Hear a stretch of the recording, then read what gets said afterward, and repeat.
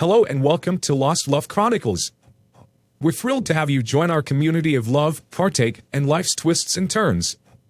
Your subscription means the world to us, and we can't wait to bring you more captivating tales and stories. It sounds like I had a beautiful love story with Kathy, from my initial crush to our eventual engagement. We both worked hard during that year to save money for our master's degrees and our respective career paths. Our families were supportive, and everything seemed to be falling into place. Our wedding day was a joyous occasion, filled with love and promises for the future. After getting married, Kathy and I continued our education and careers while navigating the challenges of life together. We supported each other through the ups and downs, and for a while, it felt like we were building a life together that we had always dreamed of. Kathy's determination and passion continued to inspire me, and I was grateful for the love we shared. But as life often does, it threw unexpected challenges at us. Kathy and I faced a difficult time when I discovered that she had cheated on me, which shattered my world. It was a painful and shocking revelation, and it left me in a state of sadness and confusion. This situation drastically changed my outlook on life. I went from being a lively and optimistic person to feeling lost and hurt. I couldn't help but sulk about what had happened to me and wonder how something so heartbreaking could occur in a relationship that had once felt so strong. The pain of being cheated on by someone I loved deeply, my girlfriend turned wife, was a heavy burden to bear. I began to question many things and reflect on the path my life had taken. The optimism and happiness that used to define me were replaced by a profound sense of betrayal and sadness. I hope to find a way to heal and move forward, but it's undoubtedly a challenging journey. The love I have for Kathy, for dreams and determination, and the beautiful memories we shared will always hold a special place in my heart. But coming to terms with the betrayal is a painful process that I must face. Kathy had suggested a small wedding with only a few relatives and friends, but I opposed the idea and insisted on a big, grand celebration of our marriage. She was concerned about the expenses and didn't want to drain her savings or burden her mom, but I promised her that I would take care of everything, and I was determined to keep that promise. So, I used the money I had saved for my master's program to arrange the best of everything for our wedding, and Kathy was happy that I was going to such lengths to make her happy. At the age of 30 and 26, Kathy and I got married with high hopes for our future and careers. However, things didn't go as smoothly as I had envisioned after the wedding. I had wanted to go on a honeymoon, but Kathy's university classes were about to begin soon, and she wasn't willing to miss them. On the other hand, I hadn't enrolled in the master's program as planned due to a substantial dip in my savings account caused by the extravagant wedding expenses. Despite this setback, I didn't regret my decision and chose to continue working while planning to enroll in a master's program at a later time. Kathy was supportive of my decision, and our future plans started to take shape. Kathy was enthusiastic about pursuing her PhD in anthropology and couldn't contain her excitement.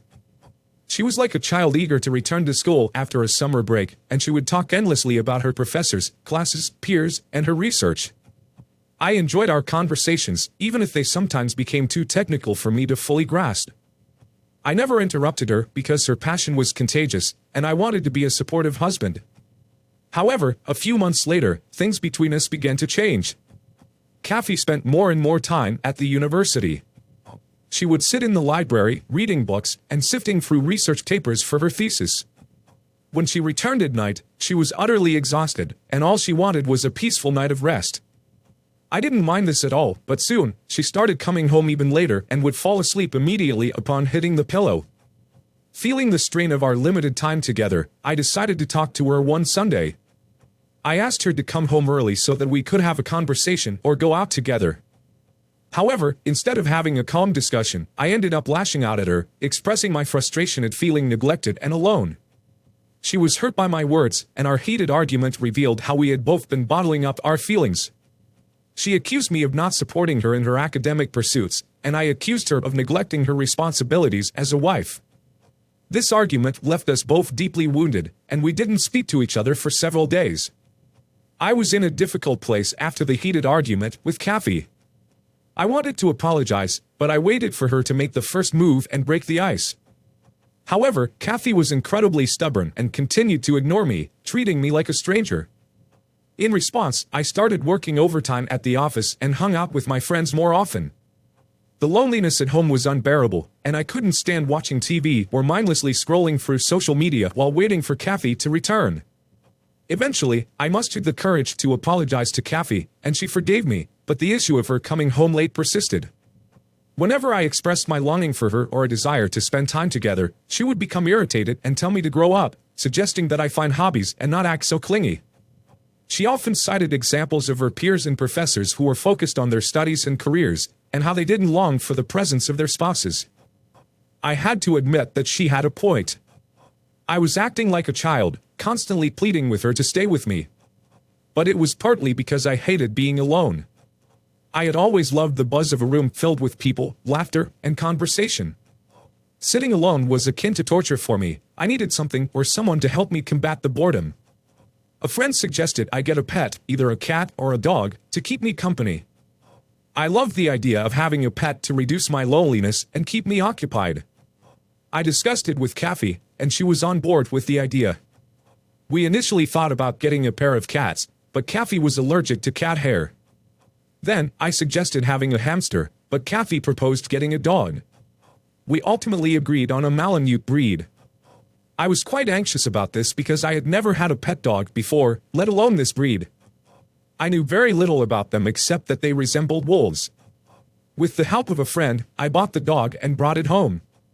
The Malamute was massive and strong, and I named him Romeo because of his wolf-like appearance. He seemed aggressive, ready to pounce and bite anyone who irritated him. However, despite his intimidating demeanor, he displayed remarkable loyalty to me and treated Kathy, my wife, as second only to himself. One day, while I was on a walk with Romeo, we encountered a neighbor's dog that was not on a leash. The other dog, a large and powerful breed, seemed agitated and started to approach us aggressively. Despite my efforts to maintain a safe distance, the situation quickly escalated. In a matter of seconds, the neighbor's dog lunged at me, attempting to bite. I tried to shield myself and protect Romeo, but I found myself in a perilous situation. It was at this critical moment that Romeo, who had always displayed a calm and protective demeanor, sprang into action. With a deep growl and a sudden burst of energy, he positioned himself between me and the attacking dog. Romeo's bravery and loyalty were on full display as he stood his ground, ready to defend me at any cost. His ferocious appearance, which had caused concern in the past, now served as a deterrent to the aggressive dog. He barked loudly and made it clear that he would not back down.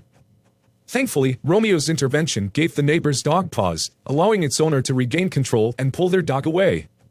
While the situation was intense and nerve-wracking, Romeo's loyalty and protective instincts saved me from a potentially dangerous attack. It was a powerful reminder of the bond we shared and his unwavering dedication to keeping me safe. Our decision to have Romeo trained as a guard dog was motivated by a series of incidents that had occurred over time. There were instances where our home had been broken into, and we felt the need for added security. In one particular incident, we had an unsettling break-in when intruders entered our property. The mere presence of these individuals had caused us great distress, and it was apparent that our family's safety was at risk. Romeo, although loyal and protective, didn't have the specialized training to handle such situations effectively. We realized that to enhance our security, Romeo needed to be trained by a professional. So, we sought the expertise of a skilled dog trainer who could help him develop the necessary skills to guard our home effectively. This decision was based on our genuine concern for our family's well-being, and we were committed to ensuring Romeo's training was comprehensive and tailored to our specific security needs. It required bringing him in for 1-hour sessions twice a week. I was fully committed to the plan and agreed to it.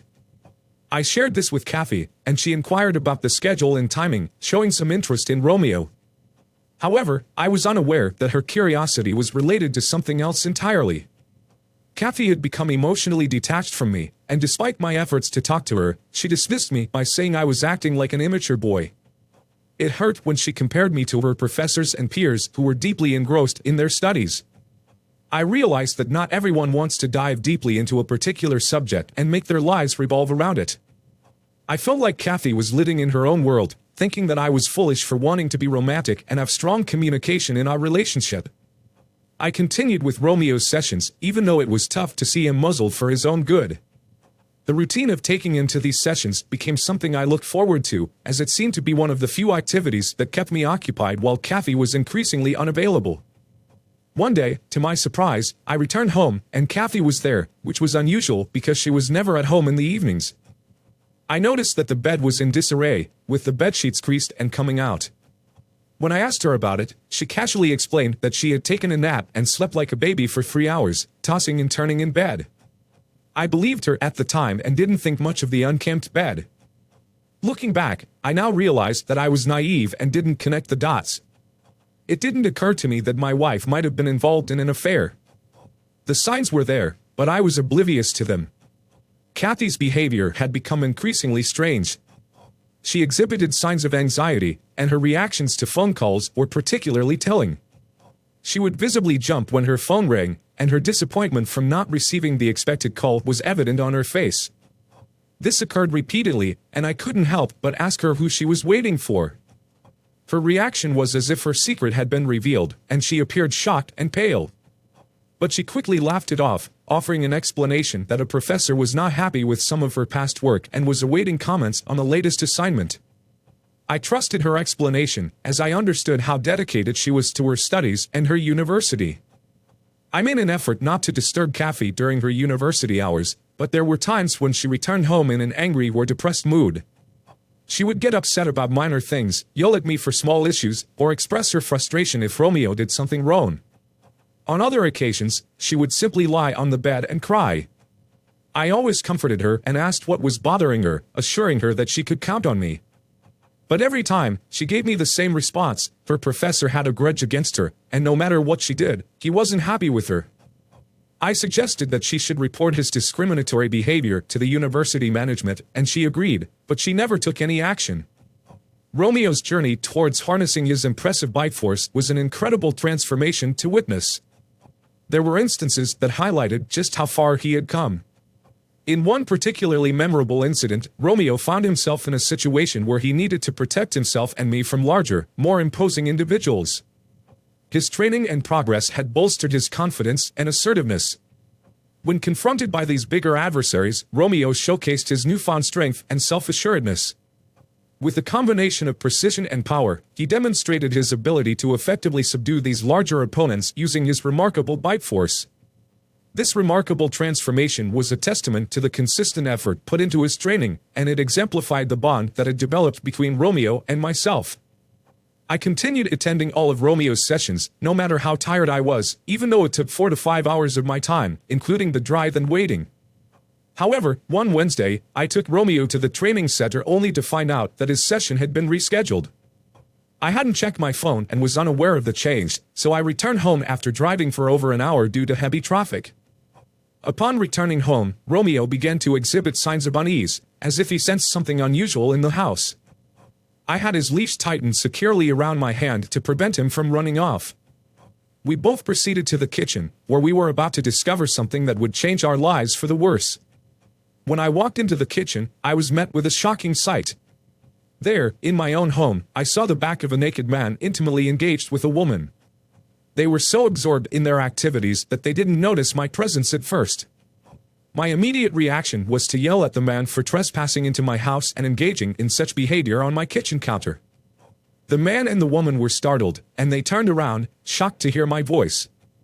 I couldn't believe my eyes when I realized that the woman involved in this affair was Kathy. Tears welled up in my eyes, and I was overwhelmed with a mix of emotions. I demanded an explanation from her, asking what on earth she was doing. In response, she pushed the man away and hurriedly began to collect her clothes. The man fumbled to put on his pants. I couldn't contain my anger and frustration as I confronted Kathy. She insisted that she could explain everything and pleaded with me to calm down.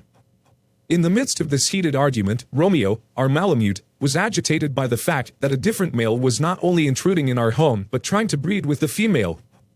That had pissed him off. I thought I had Romeo securely leashed, but I was mistaken. In a burst of aggression, Romeo lunged at the man and bit him mercilessly in several places, including his testicles. The attack was so severe that Romeo pulled away part of the man's private parts. Kathy was horrified to witness the man bleeding profusely, and Romeo continued to attack him relentlessly. I rushed to intervene and regain control over Romeo, but in the process, I forgot all my training and just tried to pull him away from the other guy. That resulted in Romeo getting more agitated, and the other guy received more bites, and I too got bit on my hand in the process. Despite the chaos and the injuries inflicted on the man and myself, Kathy's immediate concern was to call 911 for the man's condition. I was left in disbelief and shock. I demanded answers from Kathy, asking who the man was. She revealed that he was her professor. The revelation left me feeling sick to my stomach, as everything began to make sense. Kathy's long hours at the university, her frequent smiles at her phone screen, and her tumultuous emotions all fell into place. Kathy confessed that she had developed a crush on her professor that she couldn't resist. Over time, that crush had evolved into a powerful love that she couldn't control. I was disgusted beyond words, struggling to comprehend how she could fall for a man who was 50 years old, and in my imagination, I pictured him as someone who had likely been involved with many women like Kathy. In a fit of anger, I left the house, unable to even look at Kathy's face. I returned to my car, attempting to calm Romeo, who was still in an agitated state. In my distress, I called a friend for help in taking Romeo to the vet to soothe him. Upon returning home, I discovered that an ambulance had taken the professor to the hospital to treat his wounds. Kathy was sitting in a corner with a vacant expression on her face. I made the difficult decision to part ways with Kathy and proceeded to my room to pack my belongings. At that moment, I believed that the nightmare was finally coming to an end. Little did I know that it was just the beginning, and an even more horrifying ordeal was awaiting me. Shortly after, I received a call from the sheriff, requesting that I come to the hospital. This unexpected call left me shocked and confused, as I couldn't fathom why I, who had not been directly involved in the incident, would be summoned to the hospital. Upon arriving at the hospital, I was informed that the professor's lawyer had filed legal charges against my dog for the vicious attack that had caused severe injuries. The gravity of the situation began to sink in, and I realized that Romeo's actions had brought about an unexpected and complex legal battle that I would have to face. The doctor's grim prognosis about the extent of the damage to the professor's testicles left me in shock and disbelief. I couldn't fathom how my seemingly innocent dog, Romeo, had been involved in such a distressing incident. Desperate to explain the situation to the sheriff, I shared that Romeo was a well-trained dog and has been undergoing his guard dog training, and the other man was an intruder. However, the sheriff informed me that I should seek legal representation to defend my case, signaling the seriousness of the situation and the legal challenges that lay ahead. In an effort to save Romeo and myself from the looming legal case, I promptly hired a competent lawyer to defend our case.